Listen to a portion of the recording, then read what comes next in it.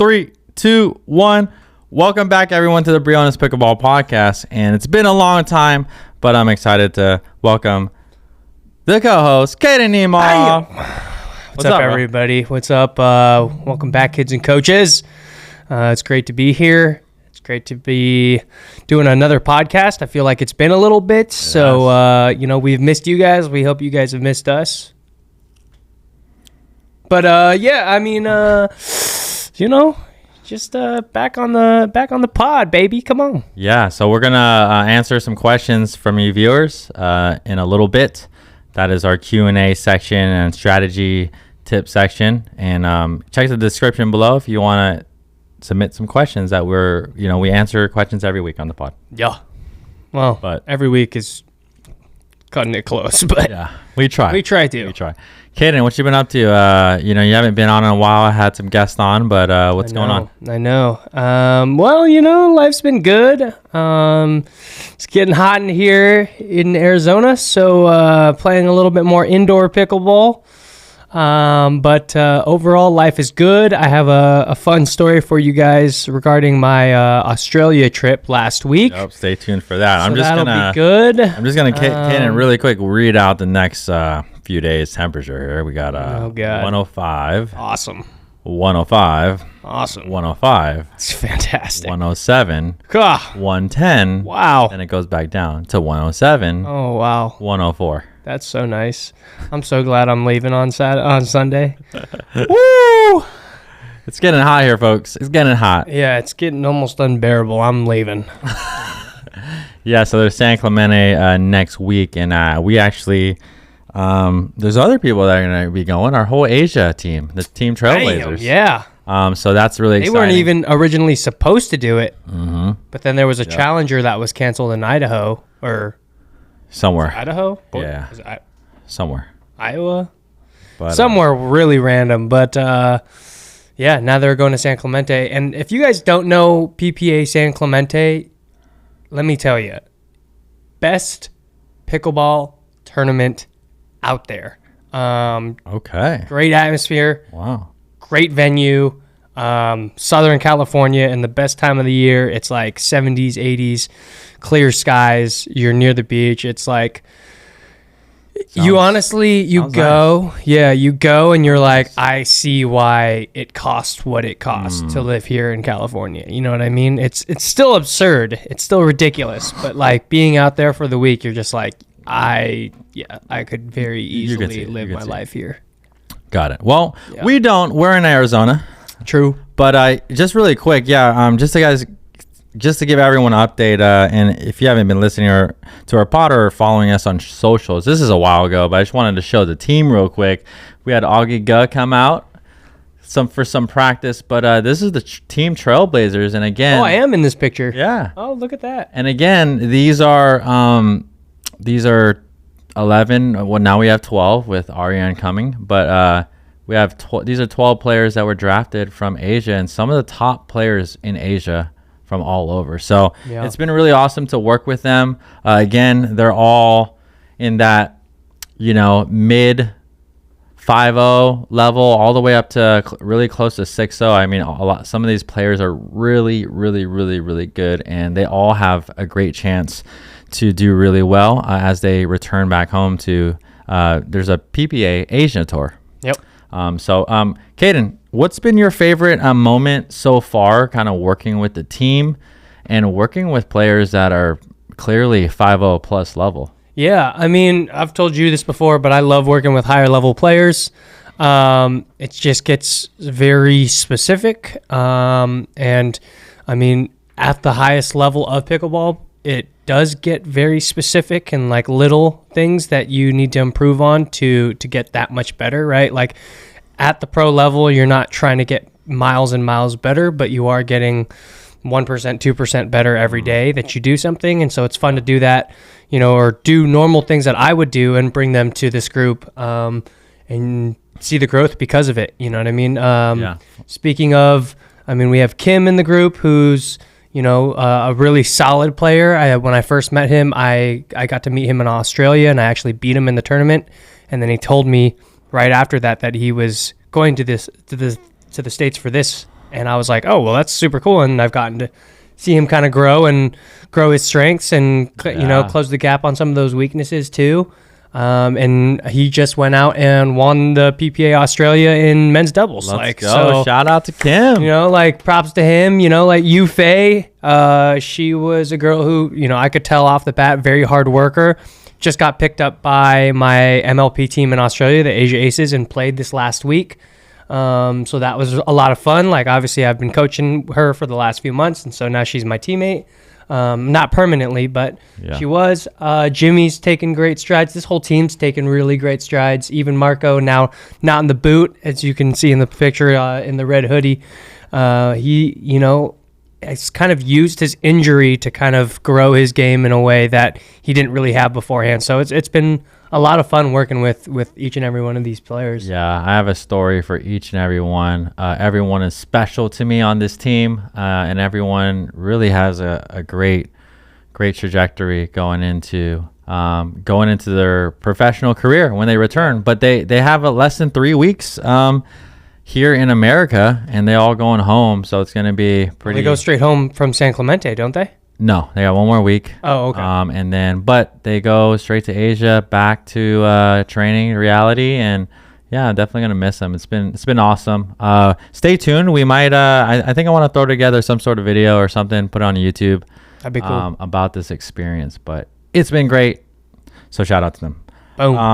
What do we got, Caden? Sponsors, Selkirk. Thank you for all you do. Couldn't do it without you. Everything we do here with the podcast and the channel. And Caden. Yeah. Joola Pickleball. Thank you guys for supporting me, making the best paddles out there. Avalon Pickleball. If you actually go to the camera on my new... Sorry, I was Avalon, on the wrong... you're all right. Avalon Pickleball coming out with some fresh new apparel. Ooh. Coming out soon. They went cursive on there, huh? Throwback. So some other small guys out there, but... appreciate your support. We love you. Awesome. Well, next thing up, before we get into some Q&A, Caden and I have some 5-day intensives coming up. June and July. And then we get a month off in August. Yeah, and we have some planned for the rest of the year. So again, if you would like to work with professional coaches who have been doing this a very long time, Caden and I would love to see you. And let me tell you right now, if you don't want to take the 5-day intensive, that's cool and all. But, you're missing out. And I mean that wholeheartedly. It's not a bad thing that you can't make it. But if you can't make it, you snooze, you lose. Wow. A little passive-aggressive, little shove there, huh? You got to be there to experience it, man. It's a once-in-a-lifetime experience, I'm telling you. Yeah, Caden and I have been doing this about a year now, and it's just been awesome. All the people we meet, all the people we've worked with and helped transform their game. Link is in the description if you want to do that. But it's funny too, because this picture right here that Jordan has up, this was our first ever very first one, 5-day intensive, and this was by I'm not saying the best group on the planet, but I remember this group like it was yesterday. This group was so much fun. Well, it's definitely one of the top groups. Oh, for sure. This was such a fun group. Yeah, it was such great. A fun group. It was great. So yeah, sign up for that. Now let's get into the Q&A. Pickleball tip of the week. Okay, look at Caden. You look like a little different without a hat on there. I look very Asian in that. Yeah. You're more Asian there. Maybe full Chinese on that picture. I've been told by people on the tour that I look full Chinese, which I don't really see, but hey, I'll take it. Hey, well, we're going to get right into this here. Questions. Again, these are submitted by viewers listening like you. Check the link in the description so you can submit your own questions. We got from Pearl from California. We're starting off with Pearl. Okay, Pearl, 3-5 level. All right. How do you return a drive drop that barely clears the net? Volley or take it off the bounce? If volley, topspin or underspin? So let's just make assumption here. Let's say you're at the net and, we're talking about like a hybrid kind of like a drip. We call it a drip. A little droppy, but a little drivey. And it's tough, right? It's dipping down. Caden, what do you do with those? Yeah. I would say personally, just a good general rule of thumb, if you are receiving the third ball, right, you'd be hitting the fourth. First option is to always try and take it out of the air. All right. But I will say in this case, with a drive drop, if it's dropping below your knees, you probably don't need to be taking that ball out of the air. And I personally would take a huge adjustment step back, get myself in a good position, and then try and use my top spin, whether that's on the forehand side or the backhand side. My fourth ball, I really try and be as aggressive as I can be on the fourth ball. If I need to, ease up and dink the ball back, I can still do that, but I prefer to hit an aggressive fourth ball to make my opponent's life a little bit more difficult on that next ball. Good. Love the answer. Something I would mention here. Typically here, I would like to get your just quick thoughts, Caden, but when someone's hitting a drive drop and they're hitting it well, one player that I could really think of just recently, because I've seen them play, is PK. Yeah. Patrick, right? He has some of the best, like from what I've seen live, some of the best crazy drips. Yeah. And what I would say, and kind of Pearl was your name. Thank you, Pearl, for submitting this. But when someone really hits a really aggressive drip, you're a little bit on the defense. Yes. So you might get caught short hopping every now and then. So short hopping may be an option last case scenario, but first case, you're right, I would take it out of the air.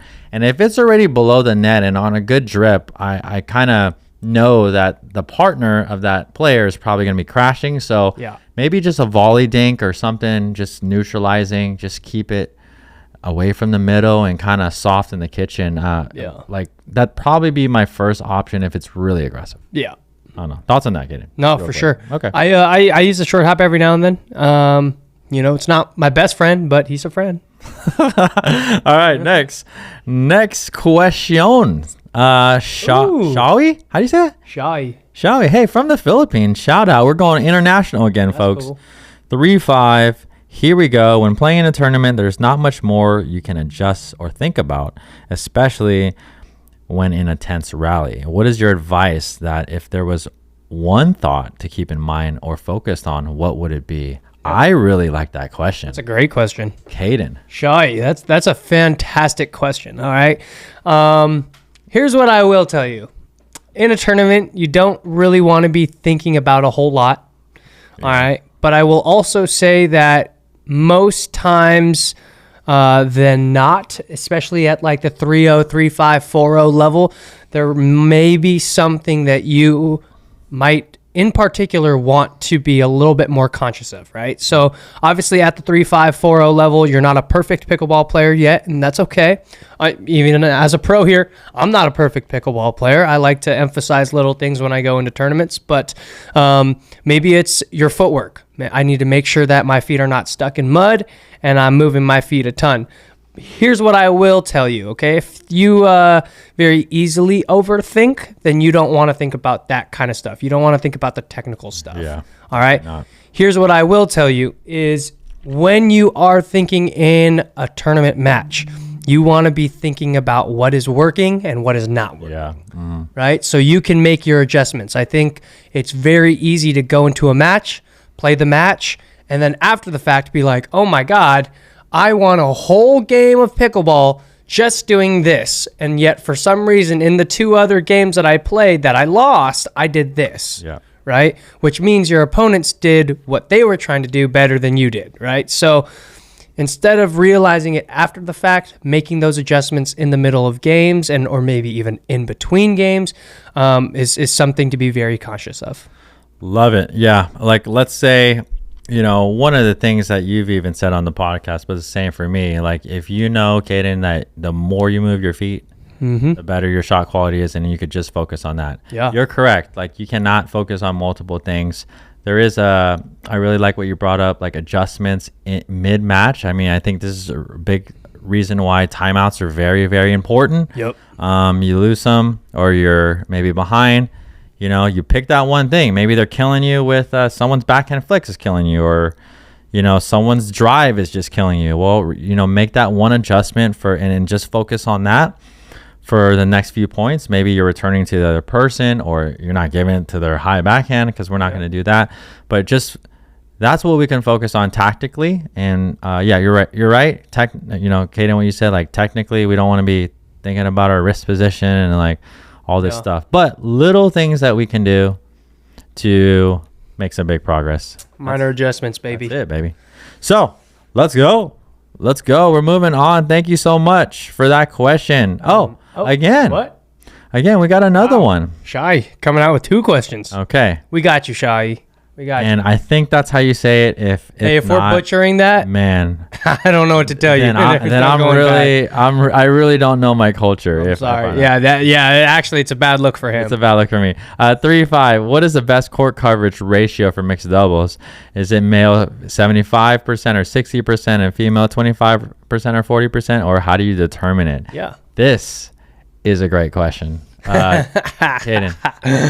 This might expose me a little bit. But the percentage of court that I will be taking typically in mixed is what? Well, it's a couple of things. How solid is my girl? Mm-hmm. And what do they do well? Okay. All right. I have found that at the kind of like 5-0 going to pro level, there are a lot of things that maybe those women do well because of kind of the situations that happen a lot in mixed. But I will tell you, the highest pro level women are so good in every single types of situation, right? So like I might have a girl that is a very good forehand dinker and a backhand counterer. Yeah. All right. If that's the case, I'm going to have her maybe take maybe like 35, 40% of the court, and I'll kind of cover 60 to 65% of the court. Yeah. So I'll play a little bit bigger of a middle, right? I'll, kind of come in ready with my forehand, maybe a little bit more often.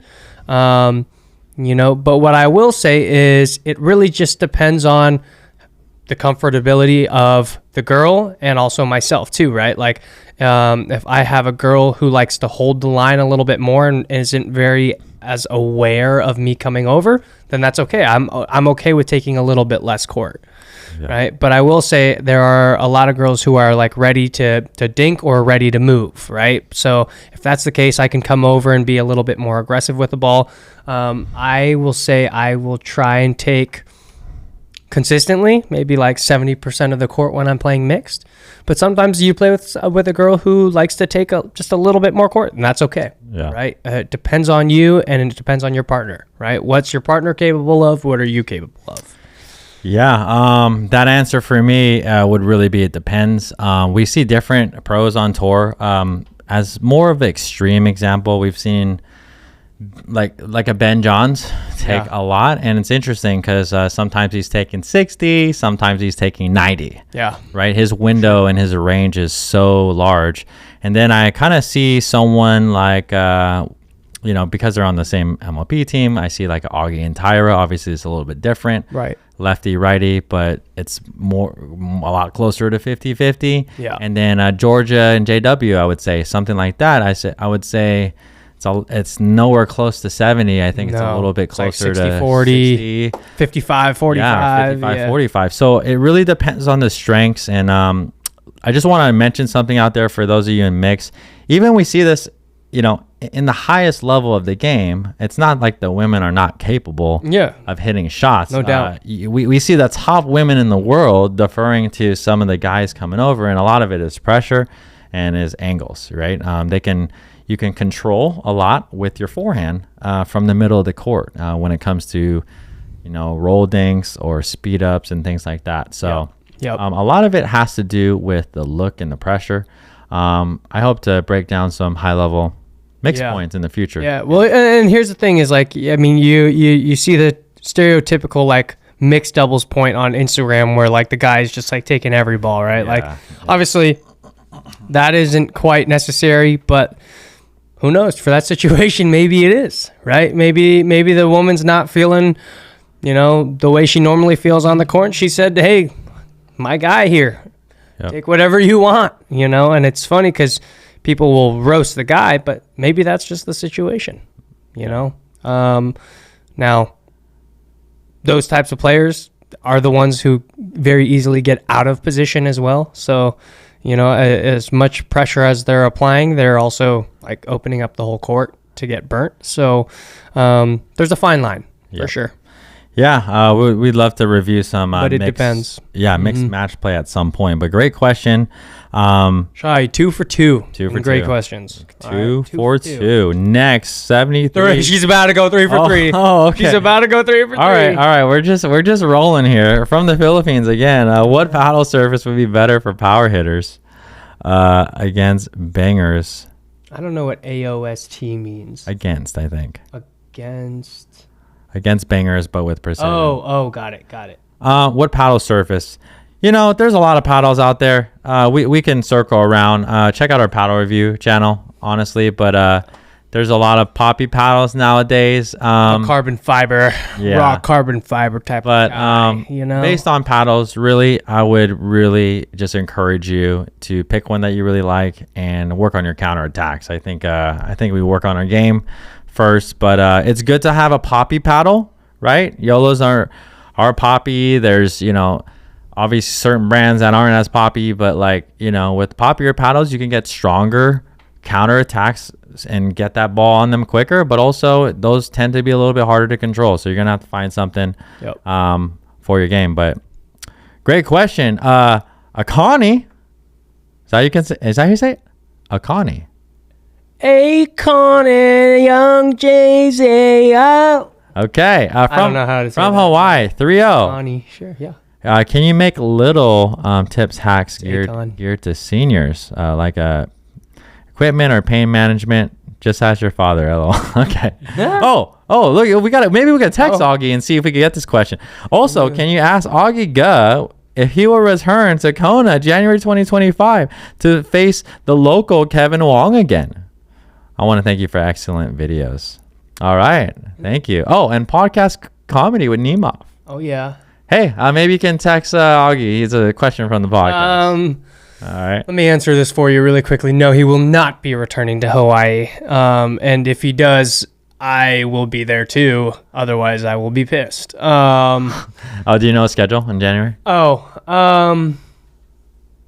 You just answered that for him? Okay. Well, to be fair, January 2025 is also in the past. Oh. That was a long. I'm like, wait, maybe... Is this an old? Maybe it's an old ass question. Old question. Maybe it was 2026.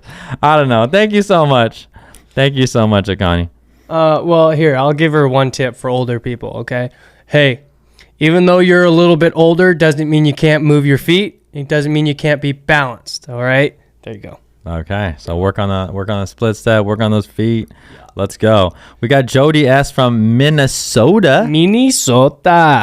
4-0, and question is, how do you handle the game when your opponents are targeting your partner 100% of the time and it's challenging to poach or take a shot to alleviate the pressure put on your partner? Speaking of a mixed doubles, this happens sometimes. A little ISO ball. Caden, what do you got? Yeah, I mean, if they're hitting 100% of the balls, just go. I can't tell you how often. What do you mean by that? Well, commit to one of the balls that they're hitting to your partner and poach it. I think it's very easy to get ISO'd out in pickleball, and also to overthink what if they do go behind me? If they go behind you, they go behind you. But the only way that you can see a ball is if you 100% commit and poach a ball. If I'm getting ISO'd out, which never happens because usually I'm the weaker player, but if I am getting ISO'd out, I will always go for, if they're taking the third, I'll go for the poach. And even if I miss it, guess what? It's in their heads now, right? So now when I'm, if my partner's going to be hitting the drop again, now I'm, maybe pretending to look this way again, like I'm going to poach again, but now I can stay put and hopefully get a ball. Yeah. So miss or make, applying that little bit of pressure can get you to see a few more balls. Good stuff. For that, just quick thoughts on that. Stacking could help you get more balls. Obviously, we have videos on that. Yeah. But also, I would say your thirds and your fourths. So I want you to think about it. Thirds when you're serving team, fourths when you're returning team. Those, I think, are the big opportunities to put pressure, right? Because you get returns in the middle, you can kind of just take control from the first point, and then C, and then on your fourths, coming over because you know that they're, they have to come up to the line. I think those are 2 shots that you really want to. And just take your opponent's returns too. Whatever. Why not? Yeah. Okay. Okay. On that, next question, Jeff from North Carolina. Ooh. Not to be confused by South Carolina. No, I love South Carolina though. North Carolina. I don't know if you know this, Caden, but it's actually north of South Carolina. No. Yeah. Okay. Geography, everybody. Geography. 4-0. This is a great question. This is a good one. Okay. If you could change one thing about pickleball, what would it be and why? I like this. What do you got, Caden? I have to think about this. I want to put this to you first. If you could change one thing about pickleball, what would you change and why? Thank you, Jeff. I don't know, man. That's a great question. Golly. I think it'd be so fun for like one tournament to either do like wooden paddles. I think that's already happening though, right? No, I know, but not a pro tournament, and or a tournament where there's no kitchen line. No, but no. The question was, what would you change? Not what would you try one time. Well, I'm changing there's no kitchen line.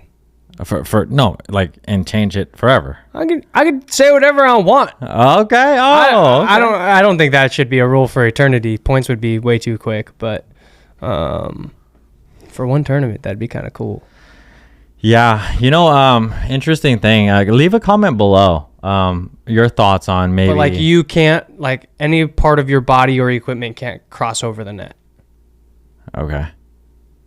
I don't know if that changes. Yeah, that doesn't change much. But leave a comment below what you would change, and maybe comment below how long you've been playing. I've been playing. That's a great question. I've been playing over a decade now. Dude, yes, and a lot have changed. But I don't know. There's a lot. I don't know if I would change anything. I just love the sport so much. Well, as far as the rules go, the rules are all pretty good. Yeah. I guess I would change just no rules on serve. Besides hitting it above the belly button. Yeah, just one swing, that's it. I would change the replay system. Okay. The replay system is rough. I did have a call overturned in Atlanta. It worked that time. I hit a little nasty flicker, and my opponents tried to call it out, and I was like, no, challenge, and I challenged it because I was on center. And we got the point. You know what would be interesting? I've heard it mentioned a couple of times. I think we should just do it, and just try it. But maybe extending the kitchen line just by a foot. Maybe push it back a little bit, huh? Maybe we do a game and just see it with pros. We see how that goes. And or we I don't know. Maybe we make the sidelines a little bit bigger. See how that goes, huh? That'd be interesting. There'd probably be more middle dinks though, as I think of it now. So that probably wouldn't be the play. Extending the post would be the play. But anyways, thank you for that question. We got to think about that question. That's a hard question. Mm-hmm. Thank you so much. Last 2 questions here. Steve from the Dallas area. Shout out to you, Steve. Yo. Texas. 3-5. Man. I know the goal for both players in doubles is to get to the kitchen line, but my partner seems to hang back more than I do. What sort of strategy should I follow in not having too much separation from him? Also, is there a strategy for where to hit the return in that situation to get more shots coming to me? Ooh. Well, here's the thing. Steve, is it? Yep. Steve? Yeah. Steve, if your partner is hanging back, all right, there's no excuse for that, all right? And I'm sorry that you have to deal with that. But here's what I will tell you, is if your partner is not getting up to the kitchen line, I'm now going to place that responsibility on to you, all right? Which means you must do whatever it takes to get through his thick skull that he needs to get up to the kitchen line. Well, you know what? Context-wise, on the return, let's say it's on the return and they're not getting up. Yeah. that's not great. But let's say if it's like, dropping and they're not comfortable, what if it's that kind of level, right? Okay, well, then you know what? Then maybe you want to look to stay back with your partner a little bit longer, all right? But here's what I will tell you. If you guys are hitting good shots and not moving forward on those shots and just staying put back at the baseline, you guys are going to lose a lot more rallies than you guys will win, all right? So obviously, I love to hear, Steve, that you are, have the idea that you're trying to get yourself to the kitchen line, but we also need your partner to get up there together too. So try and work on getting him to, trust his drops a little bit more, getting them to either land kind of in the kitchen or at your opponent's feet. And then from there, tell him to start moving, right? If he hits a good shot, communicate with him and be like, go, go, go, tell him, a little stick to whack him in the leg or something, get him moving, whatever it is, I give you permission. All right. Okay. You know what? And this is a very common thing, but again, I think communication is good. And obviously if it's a rec play, you're probably not going to say anything much, but if this is someone you're playing with a good amount, encourage them, like, let's go. Hey, and man. and you know what? These are opportunities too, that let's say you do make your progress in because there's good shots that are hit down or whatever. Those are proper opportunities that you could step over and poach and maybe be more aggressive because they're keeping them back at your partner. So there's different things. You know what? In fact, Steve, let me just play this out for you, okay? I'm going to be you, Steve. Jordan here's going to be your friend, okay? You ready? Here's how this is going to look, all right? Say word for word. Follow what I'm saying, okay? Ready? All right, here we go. I'm you, Steve. Hey, Dan. Can you, when you hit a good drop, man, you should be following that, okay? I don't want you getting stuck back there and leaving me to, get crushed up here at the kitchen line. So once you hit a good shot, try and join me up here at the kitchen line. Oh, thanks. I don't know how comfortable I feel about doing that. Well, listen up, dum-dum, all right? I'm Steve. I'm the man, okay? I know what I'm talking about, okay? I watch Briones pickleball videos, okay? You got to do what I'm saying. Oh, I should probably follow them and give them a like and subscribe. All right, you see how that was played out? Okay. That's what you need to do, Steve. All right, I trust you. I believe in you. Here we go. All right, Steve. All right, last question. From Lucas. From Uruguay. Ooh, you're a guy. Well, how do you say that? You're a guy. How do you say? You're a guy, really, bro? Holy smokies, dude! I can't with you. Montevideo, bro. Oh shoot! I don't even know what he's saying. Oh, it is a question. Okay. Oh everyone. shoot! Hold on. Let me. Hold on. How do you say the country then? Uruguay. I'm probably not saying that right either, but right, no, I think it is. It is. Oh my. Uruguay. Something like that. We apologize to everyone because we're not geographically. Let me tell you, bro. Okay, hold on. Let me tell you right now. Okay, I ain't fluent in Uruguay, but I am very smart. I am Asian. Okay, so go ahead, put that thing down there. Let me read this. All right, I got this. Don't all worry. Right, 4-0 level, Lucas. Got you. Regardless, Lucas, we appreciate you. Podrás con tu equipo analizar videos de 5 minutos que te enviaremos jugando. Dude, para darnos un retorno con tu visión. The English is right underneath. Oh shit. The English is right underneath. Well, you and your team will be able to analyze 5-minute videos that we sent you playing to give us feedback on your vision. You know what? At this point, we don't have that offer, but you know what? That's something we're gonna consider, Lucas. Thank you for that. Yeah. And sorry for that huge just butcher of that question. Yeah, I can't believe Jordan did that. That was ridiculous. I apologize on all regards for him. That was really just so uncool. Anyways. All right. Just last one here. We'll go, Hey Jude. Wait, is her name actually Hey Jude or? I think that's a movie, isn't it? No, it's a song. Hey Jude. Okay. Hey Jude. Make it better. From Colorado 35. Last question here. Oh, here we go. Well, objectively, can you recommend a paddle objectively? Well, here's what I will tell you. Can we? Here's what I will tell you. Unbiasedly, get yourself a Joola. All right? Yeah, very objective. I'm unbiased. Okay, I've tried out a lot of different paddles. Yes. Okay. Am I sponsored by Joola? Sure. But here's what I will tell you is I want to be sponsored by Joola because they have the best paddles. And that is my honest, humble opinion. Hey, Jude. Hey, I take that with a grain of salt. Literally, like 1 grain of salt, everyone. But yeah, we're gonna move on. So on the market. So thank you. Best battles on the market. Thank you, everyone, for that. If you would like to submit some questions for our next podcast, make sure that you do that. In there. But that thing in there. But what do we got left on the list? This last thing? Now just upcoming tournament schedule. As far as tournaments go, I'm on the books for PPA San Clemente. I am playing with Pezzateoni, who is not only one of my good friends, but also my roommate. I didn't know that, man. You're playing with him, huh? Yeah. We're running it back. Lefty righty action, huh? Exactly, man. Yeah, it should be fun. And then I'm playing with a mixed partner. Her name is Paula Rivas. She's from the Tampa Bay area. Okay, well, go Bucks. And she's Spanish. That's all I really know. I met her in Australia actually. Oh, but she lives out here in the States. Okay, so cool. Should be fun. I love San Clemente. I'm gonna get to see my dad and my sister. I'm excited, man. Hey. Well, that's that. That's cool. Yeah. Before we hop into our final segment here, if you feel like you're getting attacked all the time, you're going to definitely want to check out attackmasterclass.com. Oh, shoot, man. It's a free video, and we show you just a great foundation of how to really get on offense early. Attack Masterclass. You hear that? .com. You hear that?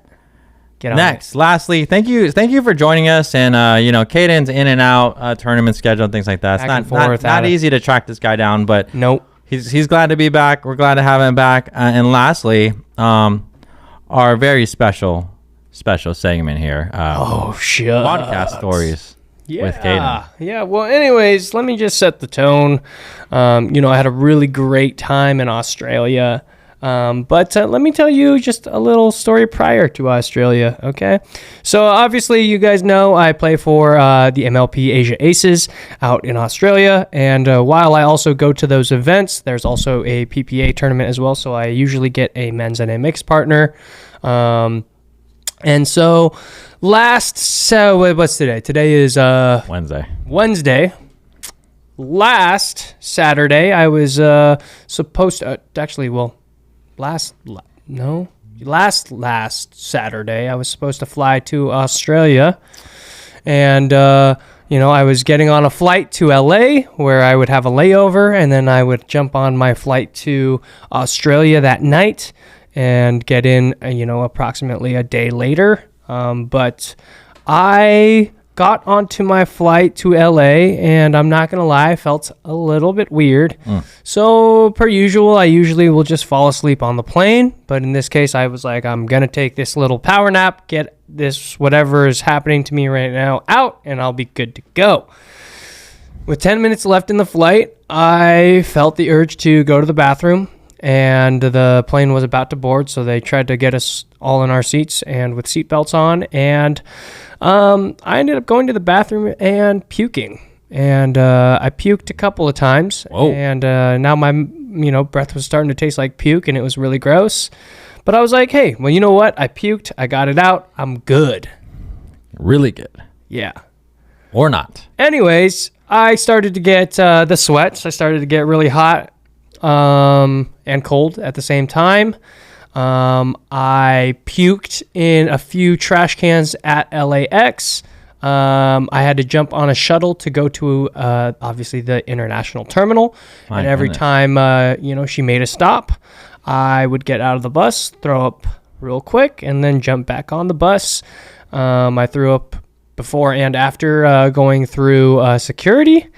And by the time I had gotten to the gate, I was in pretty bad shape. And so I went up to, the guy working at the gate, and I asked him, hey, I'm not feeling the best in the world right now. Would you, by chance, be able to put me on a seat or put me in a seat near a bathroom? And he looked at me, and he said, I could do that, but you look really bad. And, did he say that to you? Yeah, and I don't recommend you getting on the flight. And I was like, well, why would you say that? And he was like, well, to put it lightly, you look really sick, and if you end up like not being able to handle the flight, which you probably might not be able to because it's a 15-hour flight. Oh my goodness. We're going to have to basically bring the plane back down to LAX, deboard the plane, give everybody a hotel for that night, and have to book everybody else one day later, which is going to make them really pissed off. So I wouldn't recommend that you get on the flight. And so I was wow, like, well, I've never heard that. So now I was contemplating it, right? I'm like, do I get on this flight? Do I man up? So I was like, okay, you know what? I'm going to take some NyQuil. So I bought literally a little sample size of NyQuil. That was like $6, absolutely ridiculous. And I chugged it, and I was like, okay, well, you know what? I'm going to knock out on this flight. All it was going to be good. It's going to be no big deal.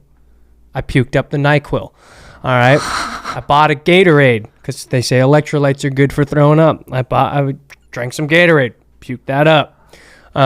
We were at boarding group 6 at this point, which was my group, and I was going to go on, and I ended up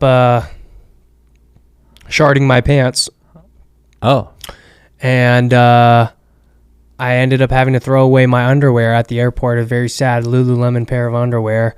Rip R.I.P. to Lululemon. Yeah, I guess. So I was going commando in the airport with, possible diarrhea and throwing up. And so I ultimately, my buddy was actually traveling with me. He was going to go to Australia with me. I had him get on the flight, and I actually stayed back one day to kind of heal and recover before I went to Australia. So luckily I was able to get a complimentary hotel room, and I took it.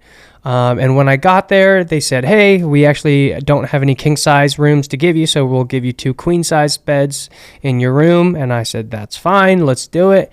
So for 30 hours straight, I puked my brains out. Oh, every liquid, every piece of food, everything I tried to put in my body, I puked my brains out. I was also sharding myself every 2 seconds. So the first night I was in this hotel, I was going back and forth to this bathroom, going literally from puking straight to sharding myself in this toilet. And not only that, but my body was so depleted from losing all my electrolytes and water and everything like that. My body was so depleted that I was cramping as well. So I would try and wipe my butt, and as I would twist, my whole body would go into like a seizure, and I would just be sitting on the toilet like trying to wipe and just like going like this. Why are you laughing? You find this entertaining, huh? Oh.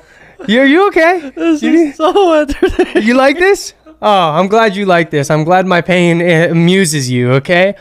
And so I was sharding myself. I was throwing up my brains, and I was also in full-on cramps in this hotel room surrounded by myself. And I'm not going to lie, those 30 hours were probably some of the toughest hours of my life. Oh, man. All right. Now, dang. I actually made the decision to not go to Australia because of how sick I was. So I got stuck in the LA hotel for a few days, and then I ended up flying home. Now, on Monday, I was flying home, and luckily, no sharding. I was done with puking, which was nice. But I had a flight at 3:30 to fly back home. All right. Waste of $300, but what can you do? Okay, I had to get home. I was sick. I needed to recover. So I bought a flight. And my flight was at 5 o'clock, I think. Yeah, I bought it. Yeah, I had went and got an IV. Went to the airport, which was a couple miles away. You went to the hospital, get IV? Just an IV place. Oh. Yeah, luckily it was like a mile away from my hotel, though. It's kind of clutch. But yeah, I had a few hours to spare at my flight. It got delayed a little bit, so I found a comfy little spot to lay down, and I took a little bit of a nap because the last few days I had been sharding and puking, so I didn't get a whole lot of sleep. So I took a little nap, and I wake up, and they had moved my flight that was delayed a little bit early, and I ended up missing my flight. And so did they move it early? Well, if there's, I don't know. But yeah, I literally got up, and the flight was departing at 5:28. I literally got there at 5:28. So very, very upsetting. Goodness. I luckily talked to the guy, and he was like, okay, we have another flight. This is our last flight, our last nonstop flight to Arizona. It's at 8 o'clock. Don't miss it. So I ended up staying at the airport for an extra 3 hours when I didn't need to. And finally, I ended up getting home at 10 o'clock. I was just happy to be home. But then for the next 2 days, I continued to shart myself all the time. So, that night was a little bit of a struggle. The night after that was a little bit better. And now I am fully healed and recovered. No more diarrhea, no more puking. I'm healthy. I'm trying to get my body back in shape and strong again. I actually lost 10 pounds, which is kind of nuts. But Did you gain it back? I actually don't know. You have a scale in here? No. I'll check when I'm home. I'll let you know when I'm home. Wow. But what a story, huh? Yeah. Well, good ending, huh? I guess. Folks? Maybe. Yeah, for you guys. I'm sure you guys love that. I don't know if our viewers, look, if you guys, please don't not watch another episode because you heard the story. Okay? We this doesn't happen every week. This doesn't happen every week. It's not a normal thing for me. This is not a normal story. Right. Caden will not tell a story like this ever again. Just letting everyone know. Ever. But it's a true story, man. Like if you're listening to that story and you're mad at how I'm describing it, just put yourself in my shoes for a second and really sympathize, okay? Because I literally died for 3 days straight. All right, this guy's wife tried to contact me, and I was like, it's not gonna happen. We're not gonna talk today because I'm in terrible shape right now. All right, I was out of commission for like 5 days straight. It was brutal, man. I thought it was food poisoning, but food poisoning shouldn't last that long. I wonder. I don't know. I don't know, man. I've been told maybe norovirus. Sure, hey, I guess. Caden's back. We're never had a sickness like that. We're coming back strong, everyone. I don't know. That might be the longest podcast story with Caden we've had. Yeah, it was long and the most descriptive. Thank you. Yes. Thank you or not thank you for that. You're welcome. Thank you. Everyone, we'll see you. We'll see you in the next episode. Yeah. We got a lot of fun stuff happening this summer. Make sure you follow us on our YouTube, on our journey. Go follow Caden. And Nemov on Instagram. Follow him. I post some funny stuff. There we go. And then, join our email list. We'll have something below too. Heck yeah. Keep up to date with us. See you in the next pod. Bang. See you guys later. We love you so much.